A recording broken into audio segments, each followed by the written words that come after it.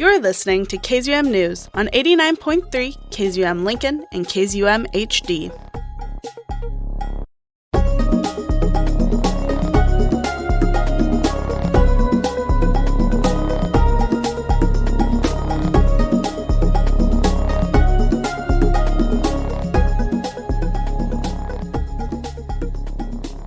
Good afternoon and welcome to today's edition of KZUM News, an hour dedicated to learning more about what is going on in Lincoln and the surrounding areas.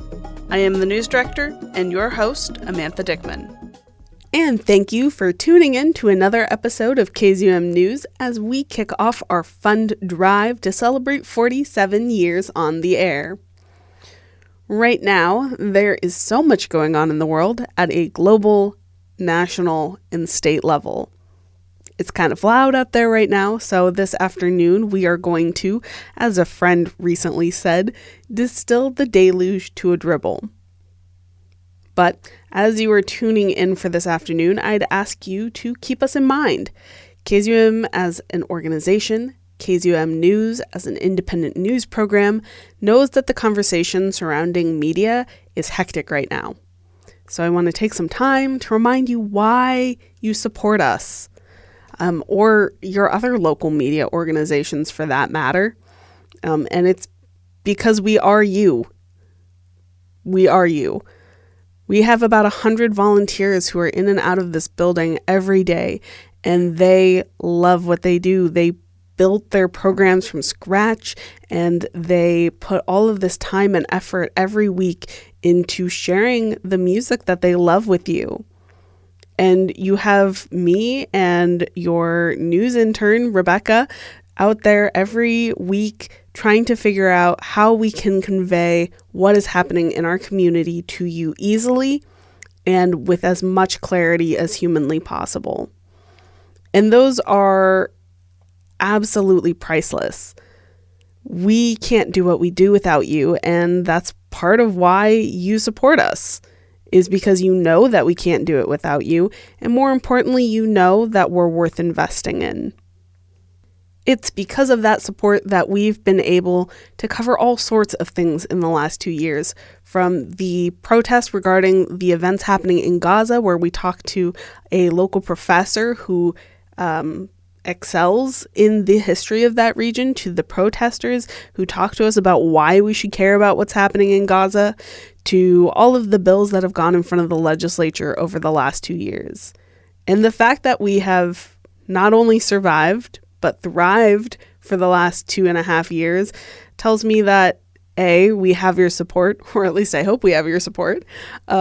B, that you are hungry for local news, the kinds of news that you can't find on CNN because they might have, your top headlines, but they're not going to have what your local community members are doing out there in the community, whether that is to, help keep us informed or help make our community better. If you have a couple dollars that you can throw our way, we would greatly appreciate it. Continued support for our newsroom goes so far to helping us produce content, help teach our interns the ins and outs of journalism, local and general, and cover all sorts of things that you need to know. So whether that be $8, $5, $10, or however much money you can spare, we appreciate anything that you can head our way. And of course, we do have our special premiums as always. So we've got that $60, which will get you the mug and coffee from the mill. We have our $89.30, our call numbers, which will get you this Fund Drive t-shirt.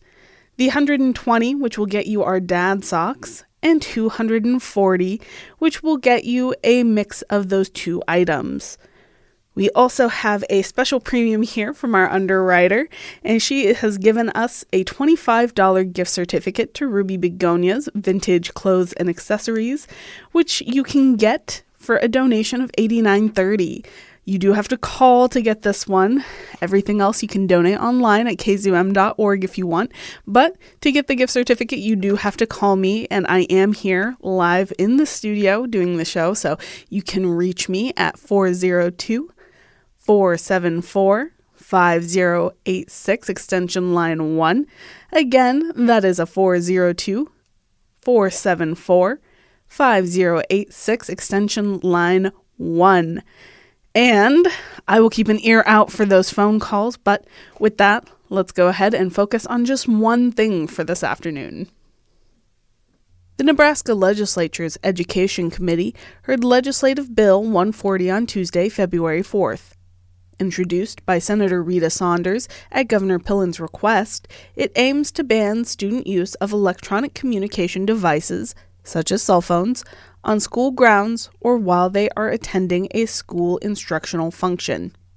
If adopted, all of Nebraska's 245 school districts would need to adopt device-related policies to conform to the law by the start of this fall.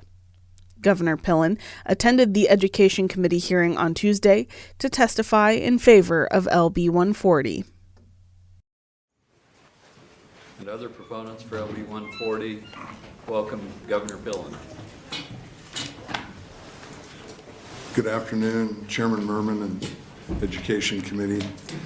My name is Jim Pillen, J-I-M, P as in Paul, I-L-L-E-N. I have the incredible privilege to serve as the 41st Governor of Nebraska, starting year 3 and walking the halls. I still go, can be, so it's an extraordinary privilege. And I'm remiss, I try to do it every time, but thank you to everyone, all of you senators. I had to become governor to comprehend just how hard everybody works serving the people in Nebraska, and I'm incredibly grateful. I'm here to testify in support of LB 140, brought on behalf of Senator Sanders. I appreciate Senator Sanders and Attorney General Hilgers partnering with me on presenting this important piece of legislation. I will tell you from my seat, quite honestly, I apologize. We should have gotten after this 2 years ago. You know, our focus is really simple. It's on kids, taxes, agriculture, values. And so I think all of us agree our kids are our future. We never can give up on kids. And so what we're talking about is really impressive. I think as Senator Sanders addressed in her opening remarks, we are open to amending language to be sure that we can have bipartisan support and that this really makes sense. There's 2 reasons, I think, for bringing this bill. First, it addresses what has become one of the most frequent and difficult distractions in the classroom, students' cell phones. I think the second reason for this legislation is simply how today we know more than ever before the serious impact that these cell phones are having on our kids. The evidence, in my view, is crystal clear. Our kids are being harmed by their constant exposure to these things. And I think all of us as adults have to agree that they've impacted our behavior. Anybody get in meetings and find yourself reaching for the phone because there might be something important? So if it's impacting us, just think how it touches our kids. As a parent, I know how hard it is to be the bad guy and simply say no and tell your children they cannot do something that they believe everyone else is doing, right? This legislation creates a policy that not only eliminates the need for parents and teachers to be the guy to say no, but it also simply ensures our kids are limited in their exposure to the many unhealthy and dangerous things that exist on the internet. The harms caused by social media and cell phone use is not somebody's theory. These are certainly facts, scientific facts. If you've written or if you've wrote about the anxious generation from Jonathan Haidt, it's pretty fascinating comment, right? That social media does not just correlate with mental illness. It's the root cause. It's the root cause of our mental health challenges of our kids, social media. So research has shown the average number of notifications a young person receives on their phone from the top social and communication apps amounts to just under 200 alerts a day. 200. That equates to around 11 notifications every waking hour, or one every 5 minutes. If you factor in all the applications that send push notifications, you're closer to one every minute. Just the barrage of information hitting our kids is, and maybe even us, is staggering. According to Rule 14, middle school students in Nebraska must receive 1,032 hours of instruction per year. 1,032 hours of instruction. Now, when we look at the data and the facts and consider 1,032 hours of instruction, and then we consider the number and the statistics I just mentioned, and they're having these things, and they're getting barraged. That says that nearly 62,000 notifications during the course of the school year. Put yourself in the teacher's desk and try to compete with all that to get the attention of our students. You have the red light, but I'm going to I'm invite, sorry. I want you to continue. I'm going to invite you to continue. Thank you, Mr. Chairman. I'll talk a little faster here. No problem. Continue. So I think we're all here. We want to help our teachers compete, even more critically that they can have an impact on our students. Our students should be focused on helping their students learn, grow, and succeed, and not policing the cell phone. So that's the other goal. I think it's really critical to pass this legislation now.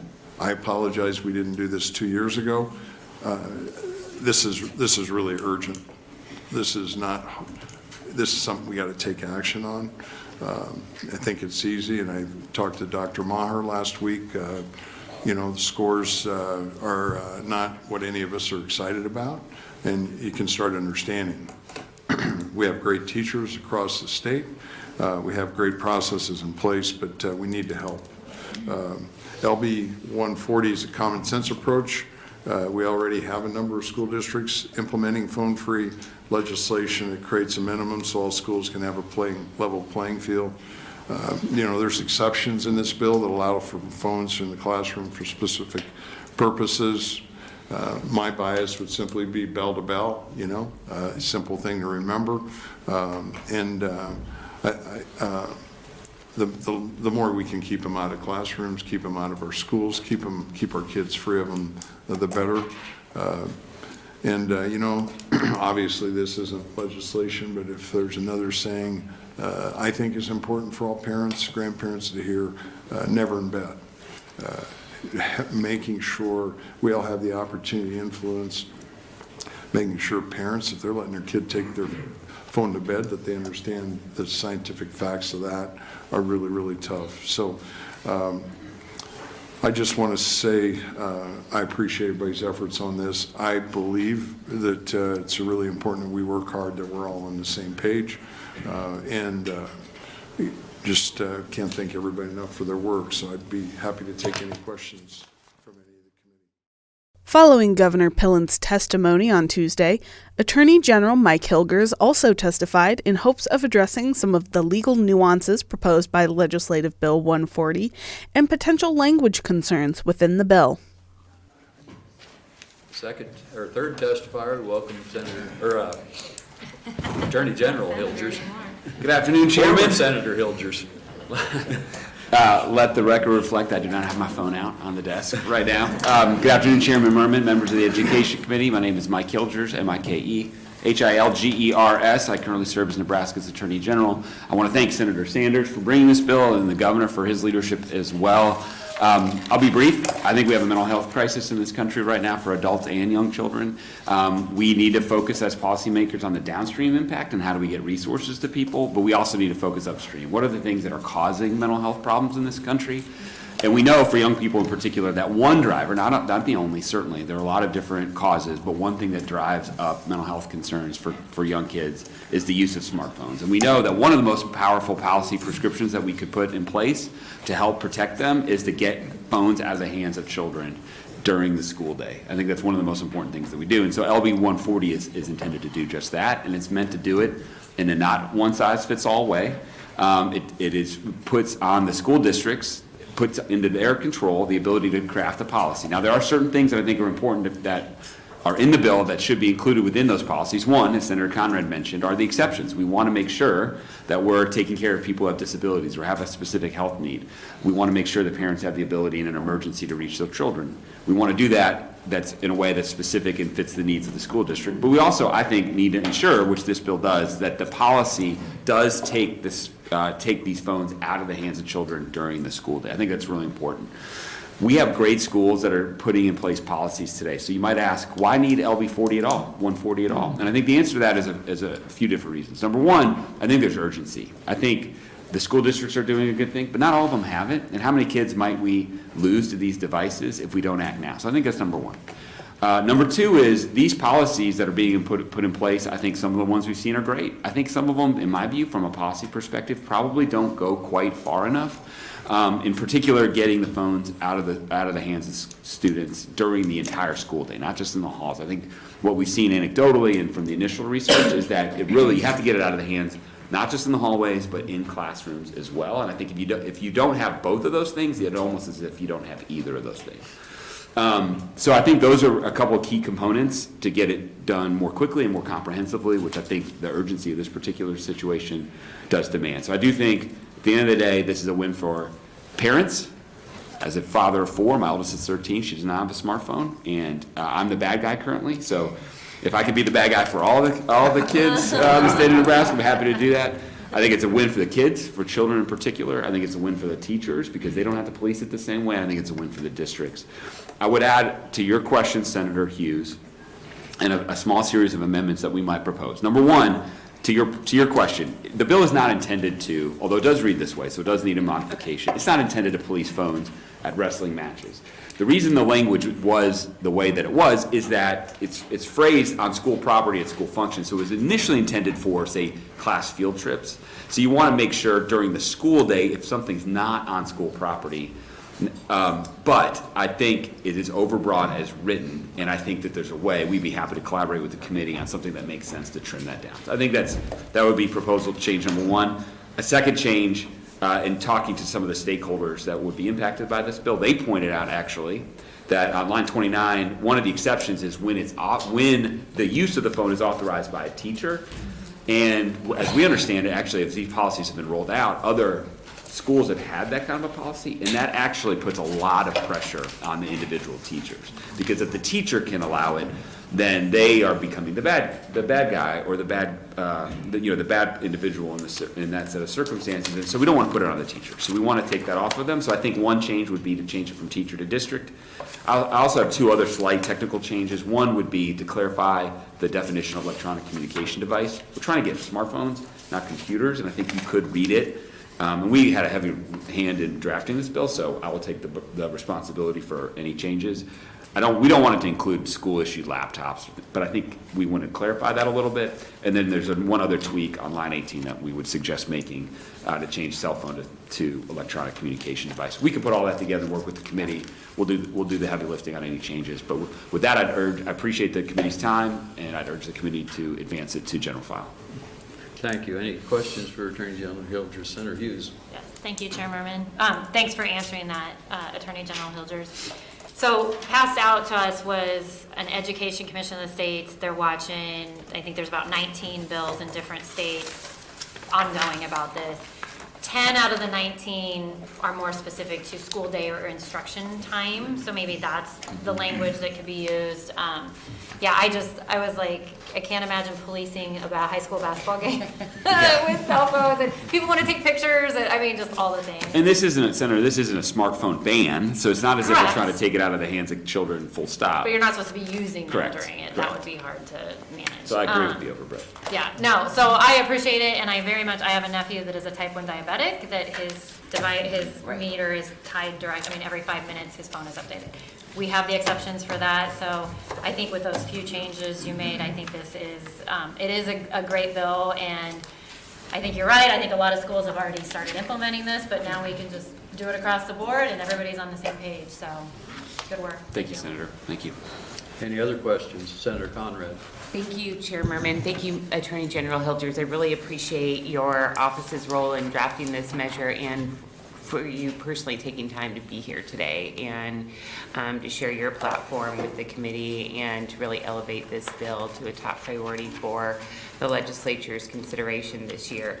I think that there will be a lot of enthusiastic opportunities to work together to make any technical changes that your office has identified or that may be illuminated during the public hearing today or throughout the process. So we want to, of course, get the technical aspects right, but I think that there's a lot of focus on the shared goal and values here. And I will tell you, and I'm sure maybe you've had some of the same conversations with your kids or the schools in your neighborhood, but I also find with a teenage daughter and getting to spend a lot of time with her and her friends as kind of a mini focus group on some of these kinds of things, I think that the students can also really take a deep breath sometimes when there's not the peer pressure at play, when it's literally out of sight and out of mind.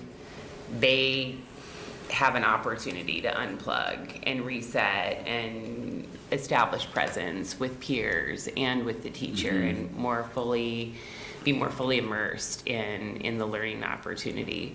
So I think that sometimes people think of this as like, oh, the kids hate it, but I think maybe some kids do, but I think some kids also embrace it once they have the opportunity and are on kind of a level playing field with things. The other piece that I just wanted to lift up perhaps for you to respond to is, you know, I know a lot of times people will look at these kind of policy directive bills and they'll kind of say like, well, what does this do exactly? And I always find, and the legislature hears these a lot, right? Whether we say the State Board of Ed direct a policy on pregnant and parenting students or student dress codes or technology and cell phone usage, is that the State Board of Ed can really develop something with all stakeholders that's really helpful, especially to small schools who may not be able to have a full-time team of lawyers on staff to develop these policies. So I just think that this approach is low cost, is common sense, and just hits a lot of the right notes in terms of shared values and implementation. But if you can think of other technical aspects that we need to bring forward, I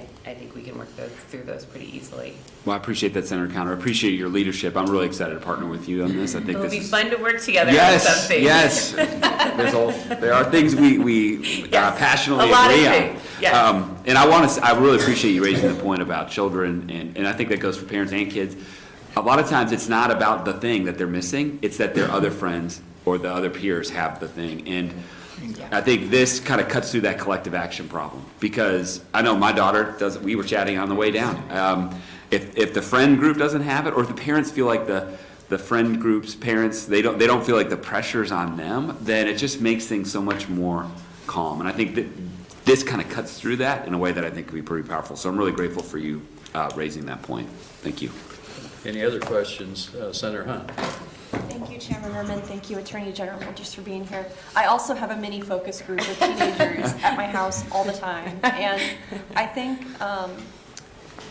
one reason that I see a lot of kids embrace, the opportunity during the school day to put their phones away. As it stands now, as far as I understand it, I know that there's a lot of, so my kid goes to Omaha Public Schools. I know that they do have a policy, and I know that kids break it all the time. But, just having a teacher that does have a firm policy, it does give them kind of a break from that stuff. And I think one reason kids embrace it is because they see their parents. Mm-hmm. And I know that my kid and all of her friends see how my brain is cooked and fried. And they don't want to be like that, honestly. And it's actually, I think, in some ways a form of rebellion against older generations that in some ways is very traditional and very, every generation has a version of this. So, You're saying, in other words, they see their parents on it, and so they they don't want it. They want to go old this school. at the swim meet and the track meet, and they go, I don't want to be that way. So that makes a lot of sense. But, one thing that continues to concern me in classrooms, it's not just the screens from the phones, it's the screens from the iPads and the laptops and everything else. It's really perplexed me as a parent. Since the pandemic, we had remote learning, we're learning on the iPad on the kitchen table every day, but since they've returned to school, I'm not seeing a lot of worksheets coming through, I'm not seeing a lot of textbooks, I'm not seeing a lot of highlighting being done, not even a lot of typing or writing, just iPad. And, that's something I would raise as a concern for schools as well. But I have an AG question for you, and this isn't, I know it's gonna be really up to the schools, and there's a lot of local control built into the bill, which is important to me. But can you speculate or give some examples that you may know offhand of how schools are enforcing this type of thing? So, if a kid has a cell phone out, they're not supposed to, what happens to the kid or the teacher in the classroom? No, that's a good question, and I think there might be some testifiers after who would have more Okay. knowledge. I know the bill does include the option, so some of it's they shall have no phones, they shall have those exceptions, but they may create some sort of enforcement policy with respect to the kids. Okay. I ask this also because I hate it when I have a question and I'm going to ask a next testifier, but then no one else comes, or no one who could answer it comes, so then I feel like, I didn't get on the record. So there's that. And if no one does, we'll get the answer for you. Sure, thank you. I'm sure somebody will. And then I'm also going to I'm going to ask an awkward question that I do think is on a lot of people's minds.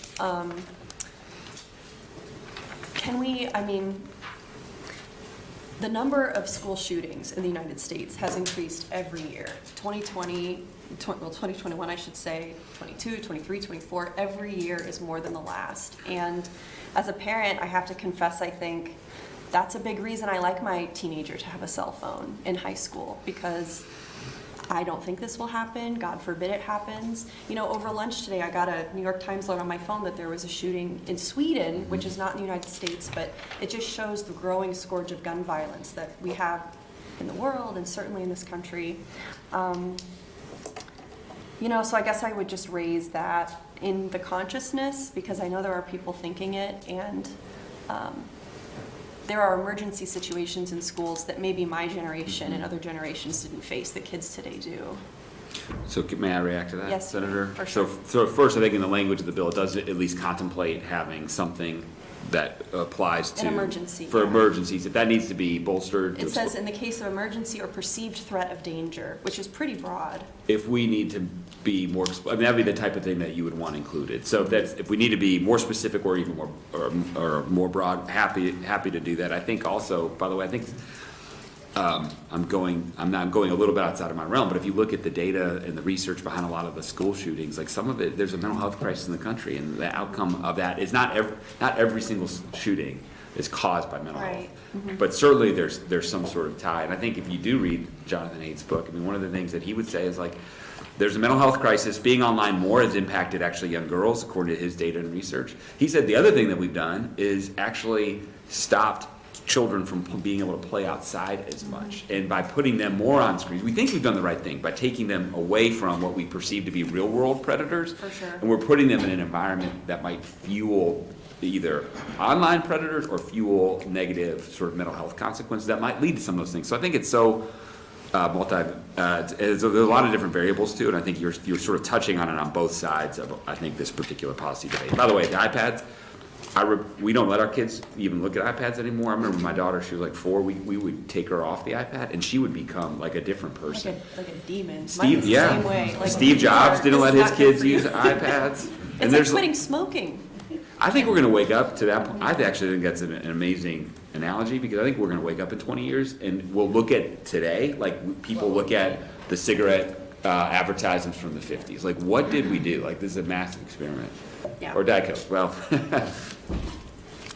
A lot of vices. So thank you, Mr. Attorney. yeah. Thank you, Senator. Any other questions? Senator Lenoski. Yeah, thank you, Chair. First of all, I guess to address Senator Hunt's, so every teacher's policy was a little different, and that created problems. And we were told by our administration, hang them up. I've given you these shoe bags for every classroom, but then every teacher still had latitude to use them. That made me kind of a jerk, because I said, no, we don't need our cell phones. But if I caught one, then I would take it to the office, and then they had to get it from the office after school. If I caught a wrestler with one, they had to get it, and then they had 25 push-ups for making a teacher angry. And so there are various ways. But I'd like to look at some of the things that are happening. And I don't want to say the school, but there's a large school that I believe takes the cell phone at 8 a.m. or 8:15 when the kids get there, and they keep it till 3:15. Unless they have exceptions for, they have to check it for their sugar levels or something.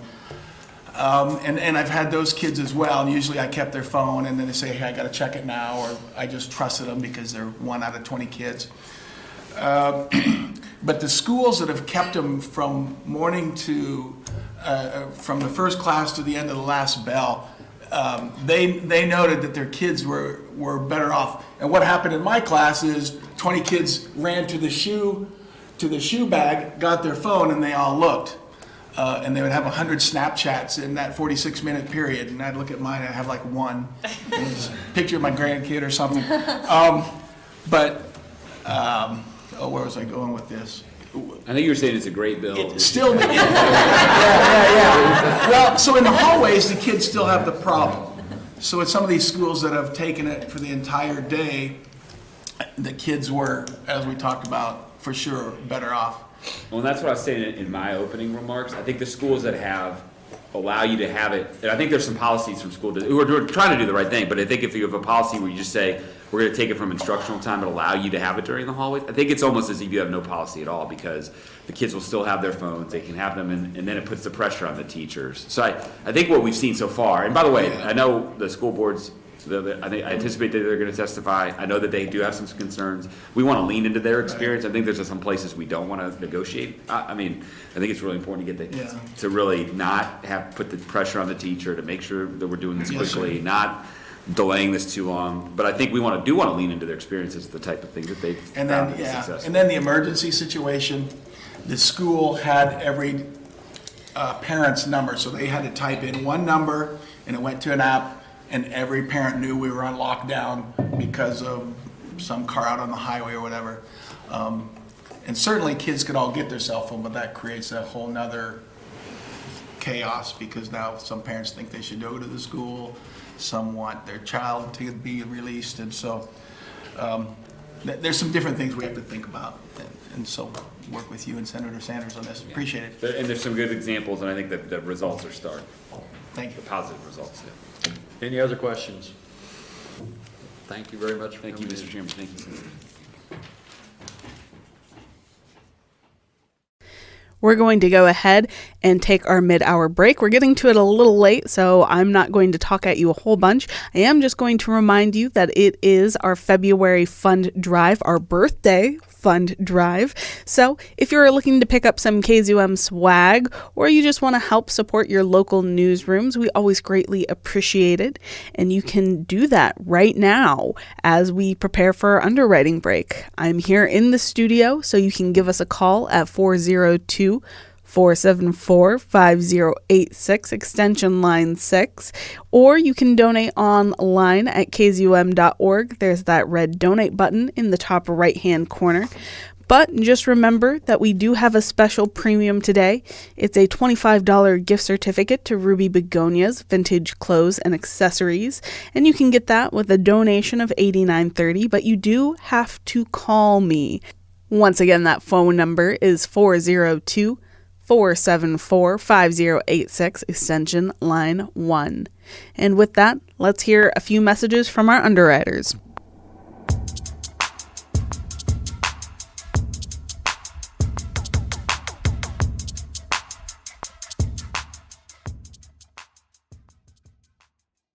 Support for KZUM comes from Lincoln Pharmacy, a local neighborhood pharmacy located at 33rd and A Streets, offering medication therapy management, medical supplies, citywide prescription delivery, vaccinations, and more. Open Monday through Friday from 8:30 a.m. to 6 p.m. and Saturdays from 10 a.m. to 4 p.m. More information at lincoln-rx.com. And by Lincoln Exposed, returning in 2025. Lincoln Exposed is celebrating 20 years of showcasing the local music scene. Starting Wednesday, February 12th through Saturday the 15th, 5 downtown venues will host more than 100 local performers. All access passes and single-day tickets are now available on TicketWeb and linked on bourbontheater.com. More information about Lincoln Exposed is on Facebook and Instagram. Life-saving blood is a gift only volunteer donors can give. Right now, Nebraska Community Blood Bank needs you to donate blood. Visit ncbb.org today to schedule your donation.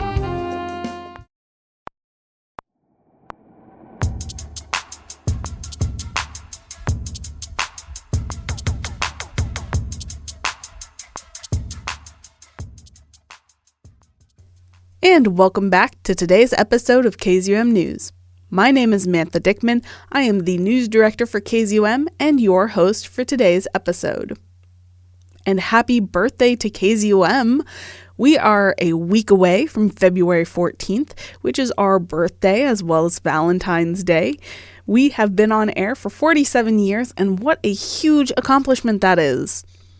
As you know, or maybe you don't, we have a fund drive every year to help us celebrate our birthday, and we always love to celebrate with you guys. So thank you for tuning in and listening this week. And what a wild 47 years.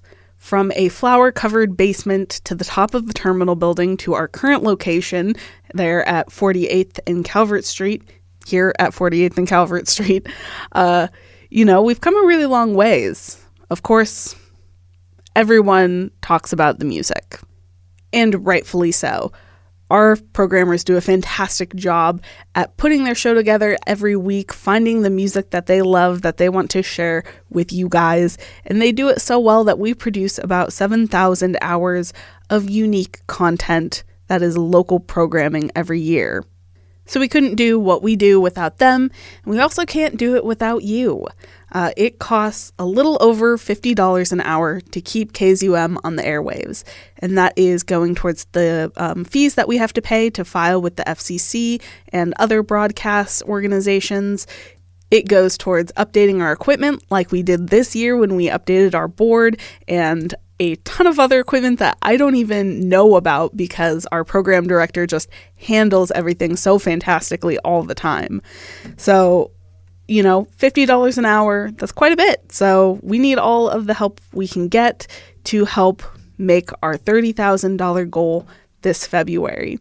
Whether that be $1, $5, $10, anything that you can spare, we would appreciate it, and it would go directly towards supporting our programmers and keeping KZUM on the airwaves. All you have to do is give me a call. I'm here live in the studio doing this show, so you can reach me today at 402-474-5086, extension line 6. Again, that is 402-474-5086, extension line 6. And if you're feeling particularly generous today, a donation of $89.30 in honor of our call numbers will get you a $25 gift certificate to Ruby Begonia's Vintage Clothes and Accessories. I look forward to hearing the phone, but in the meantime, let's get back into it. Before the break, we learned a little more about the introduction of Legislative Bill 140, which aims to ban the use of electronic communication devices, such as cell phones, on school grounds or while students are attending a school instructional function. Introduced by Senator Rita Saunders at Governor Pillen's request, the Nebraska Legislature's Education Committee heard Legislative Bill 140 on Tuesday, February 4th. Several testifiers, such as Dr. Sue Greenwald, a pediatrician, highlighted the impact cell phones have on the development of social skills and attention spans for students. Echoing her sentiments, Marley Helvey, a 15-year-old freshman at Westside Omaha, joined the hearing on Tuesday to give the Education Committee first-hand testimony of the impact cell phones have had on her peers. According to Common Sense Media, teens spend an average of 7 hours and 22 minutes per day on their phones. That is basically a full-time job and is actually not surprising to me at all. As a teen, phones are a constant reality of our life. It's how we do everything and it's a part of our culture. But when we need to set boundaries, I can say as a teen, it's super helpful if our peers have the same rules that we do. So if I'm trying to be off my phone in school, but other people are on theirs, it's really hard. But this year at Westside, they started a new phone policy. They call it bell to bell, no cell. So we can use our phones in the passing period, but not in class. While it was definitely a big change for everybody, it helps that we are all in the same boat. If I need to text my mom or my friends, I can do it between classes, during lunch, or in my open mods. Compared to last year, I've noticed that not having my phone in class helps me get more work done at school. Then I have less homework and more free time at home, so it sort of works out. I do have one suggestion for the bill, which is that I don't think it should be a reason to get more kids in trouble. So maybe the bill should be changed to say that students shouldn't be suspended or have marks on their permanent record just for having your phone out in class, even if it happens more than once. We are all addicted to our phones, and research can show this, so we need some patience and grace. I also want to say that I don't think that phones should be restricted for extracurricular activities. Thank you, and I hope that you vote yes for LB 140. Thank you. Any questions? Yes, Senator Hunt. Thank you, Chairman Merman. Marley? Yes. Very nice to meet you. Thank you for being here today. You did a great job. Since you go to Westside, since you go to a school that already has bell to bell, no cell, that's pretty catchy. I'll ask you the question I asked the Attorney General. What kind of consequences do students receive if they break that rule? So at Westside, I'm pretty sure this is it, but I'm not 100% sure. Because you never get in trouble, so you wouldn't know. So the first time that you have your phone out in class, they will just tell your dean, and your dean will come and talk to you and just have a short conversation. If it happens a second time, then they won't put that specific student in detention, but they'll take the phone, they'll put it into like a little locked box in the office, so the phone isn't in detention until the end of the school day, and that lasts, like, I guess, depending on how big the consequences, like how long it lasts. Thanks for explaining that. Yeah. Any other questions? Senator Hughes. Thank you, Senator. Thanks for coming in. So her question triggered my question. So it's bell to bell, no cell, but you can have it in your pocket when you're in class, or is there like I've seen the door hangers on like the shoe hangers on the door. How do they do that? So it kind of depends teacher to teacher. So some teachers do that, but I'd say most just let you have it in your backpack. But if you're taking a test, then everybody just has you put your phone in the pocket that they put on the Thank you. Yes. Senator Lineski. Thank you, Chair. Thank you, Marley, for your testimony today. I have two questions. First of all, do you support an entire day not having cell phone if everyone's doing the same thing? I would. I think that if everybody else is doing the same thing, it makes it a lot easier to do. Okay. My second question, did you skip school today? I did, but it was only a few classes. Okay, thank you very much for your testimony. Any other questions? Senator Meyer. Thank you, Chair. I have a question for you, Marley. Once again, you're very articulate, and I really appreciate you coming in today. It's refreshing to see one of your age as opposed to what we normally see. No offense intended. No offense to the 50-year-old. Anyway, do you find it, with not essentially having access to your phone, much easier to concentrate on your class and the material in your class? And this might be, maybe I'm not allowed to ask this question, but have you noticed in general an improvement in grades since people aren't focusing? And I mean across the class, not you. I'm sure you're a straight A student, and I have every confidence it will continue that way. But do you think that not having access to the phone on a fairly constant basis has contributed to perhaps better grade or more attention in class, and perhaps even better behavior? I do think so. I think that when you don't have your phone, you don't get distracted as easy. When you're like having your own time to get your homework done, you can get your homework done faster, and then it also helps you understand the concept better. And I just think that overall, like, if you get your homework done better, you understand better, you do better on your tests, and I do think that it leads to better grades in most cases. Thank you. Marley, I have a question. We heard testimony that if cell phone usage is limited in school, it makes it easier, I guess, for kids to not use it so much even outside of school hours. So you did say you would support limiting or taking away cell phone use from 8:15 to 3:15. Do you think that would help you to not use the cell phone so much outside of school hours, or do you think you'd try and make up for lost time? I think that once I get more used, and not just me, my peers as well, I think that once you get used to not being on it as much, you'll also get used to not being on it as much at home. So I do think that that would help that home time too. Great. Any other questions for Marley? If not, we really appreciate your testimony. Legislative Bill 140 only had 2 opponents testify on Tuesday, February 4th. Representing the Nebraska Association of School Boards, Colby Koish brought forward concerns regarding technical aspects of the bill. From a school board perspective, our goal is to make sure that there's a policy that works, that there's a policy that can be enforced. And to that end, we have some comments that are mainly based on the technical aspects of the bill. And I didn't know if they would be brought up today, and so I wanted to get them in front of you as a committee, get them on the record. I could have done it possibly in the way that Mr. Royers did or others and said, you know, we like the bill, but we have concerns. And I will say that I've had conversations with the governor's office, with the attorney general, and shared these things and, as early as yesterday, and the attorney general acknowledged them in his testimony as well. But I wanted to make sure that the committee saw a few things that our members flagged.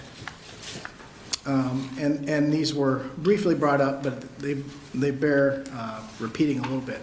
On page 2, line 16, there is attending a school function, right? Our members looked at that and they said, can we write that policy? Sure. Can that be enforced? Probably not. And that was going to be a real challenge for them, and they wanted that brought to you on the record. The other thing is further down on page 2, line 29, there is an exception when authorized by a teacher for educational purposes.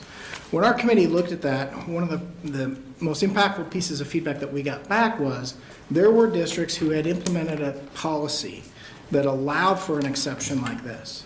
They quickly removed it because they didn't want the teachers to end up being the bad guy. They decided they wanted a more consistent policy, and they wanted it to be a district policy. So we would certainly ask the committee to take a look at that. As to the question that I think the committee is going to wrestle with, right?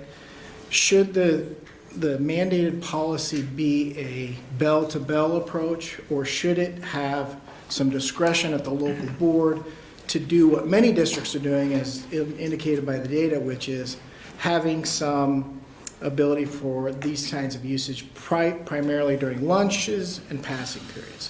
What my members have shared with me is that many districts have that. Many districts have the bell-to-bell. I think Grand Island was brought up earlier, and I can share with you their experience as they shared with the governor's office last fall.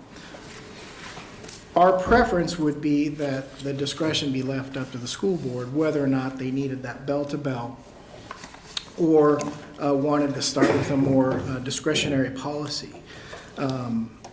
So we wanted to make sure that that was on record. But my last point, and Mr. Royers brought this up, there seems to be a little bit of conflict technically in this bill between the fact that we have a mandate with exceptions.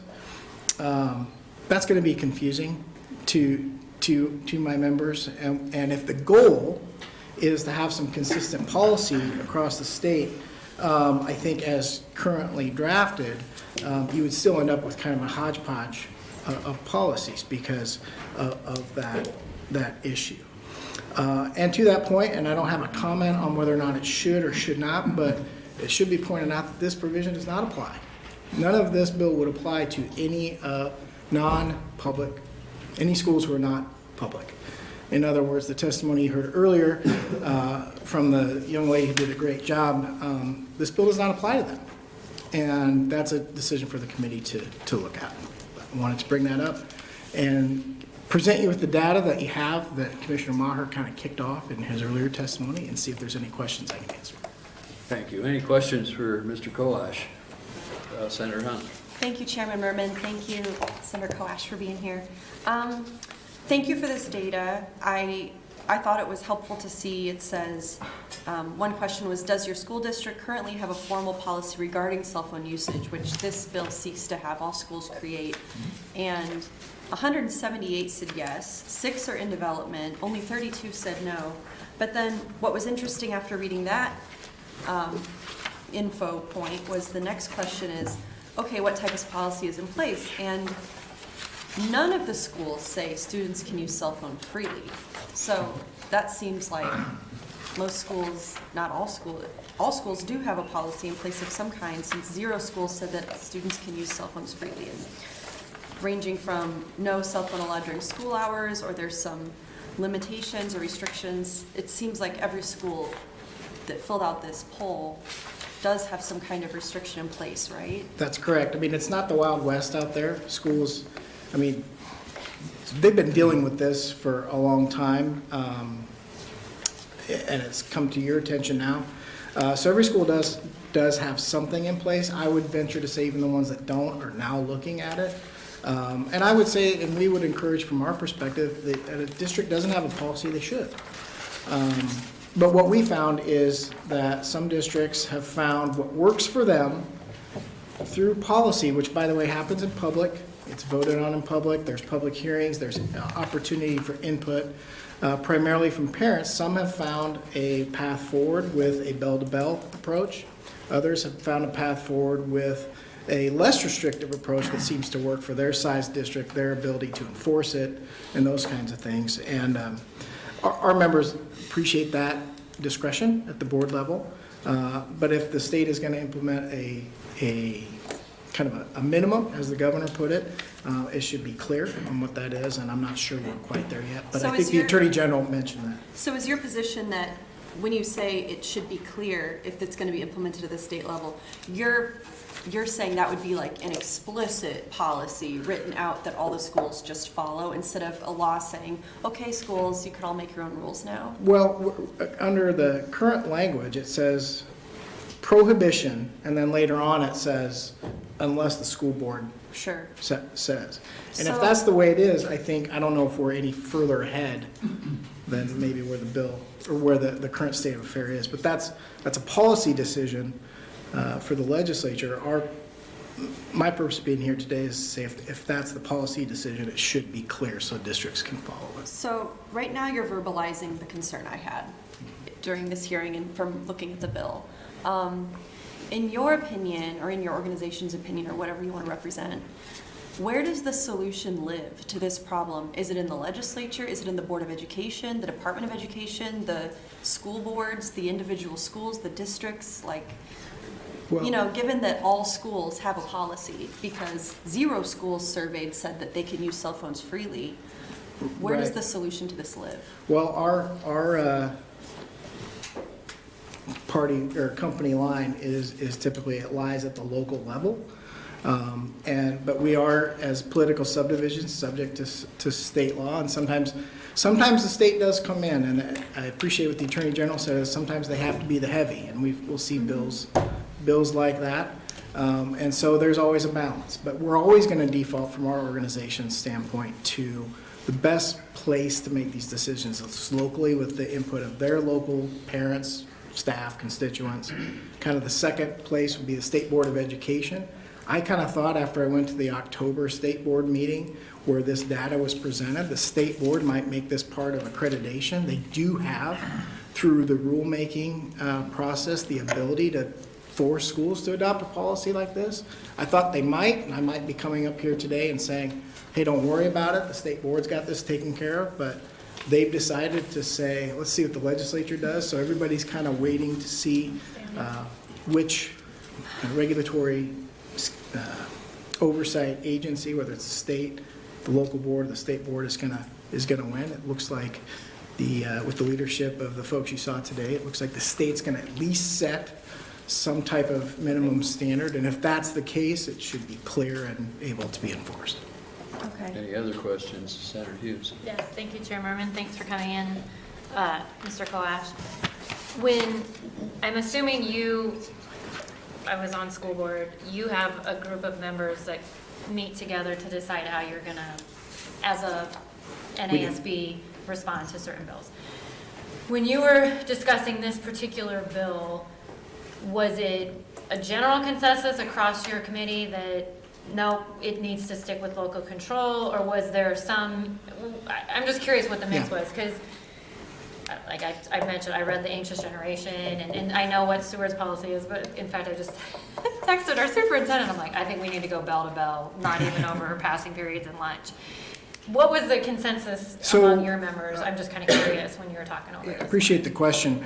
The consensus, first of all, was schools need a policy. Yeah. Schools need a policy, and I don't know who those 38 are. They weren't in the room of the folks that I was talking to. And they all had a policy, and they felt very strongly if they didn't, they should. Okay. And that's part of our organization's role, is to help them with that. But as you go around the room, we had Grand Island, who has a bell to bell and has kind of been looked at as a model, and they're getting some really great outcomes because of that. We had some smaller rural districts who said, you know what, we found harmony, we found the ability to manage our school with allowing cell phones only at the lunch period. And it's used as a reinforcement, and the teachers, it works for them. Yeah. And they want to be able to continue to do what they feel works for them. That's fair. Thank you. Any other questions? If not, thanks for your testimony. Thank you. Other opponents for LB 140? Any neutral testifiers for LB 140? Presently, we are waiting to see if Legislative Bill 140 will head to the legislature's floor. Once we have that update, we will let you know. And it is time to head out. If you are looking to sneak in one last donation before KZUM News wraps up, then now is your time to do it. I will be here for a couple more minutes, and you can submit that donation online at kzum.org. There is going to be a red donate button on the top right-hand side of the screen, which will take you to a secure payment portal. Or you can also go ahead and give me a call. I'm headed off air, which means now is the perfect time to give me a ring. I will help you fill out your paperwork. And if you make a donation of $89.30, we do still have that $25 gift certificate to Ruby Begonias, which could be yours. All you have to do is give me a call at 402-474-5086, extension line 1. Again, that studio number is 402-474-5086, extension line 1. And I'd just like to thank you again for tuning in today, and check back next week and we'll learn more about what is happening in our community.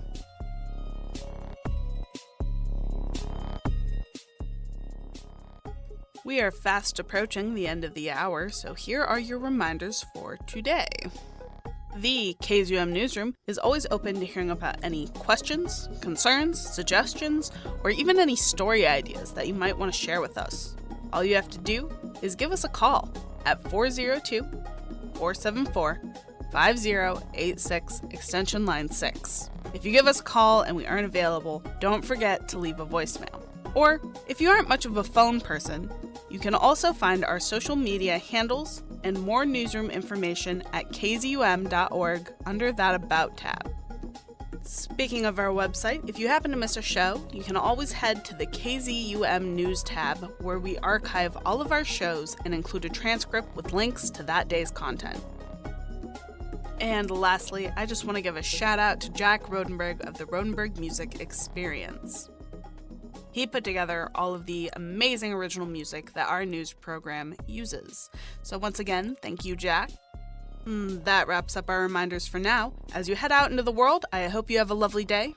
Thank you for listening, and we hope you'll join us next time.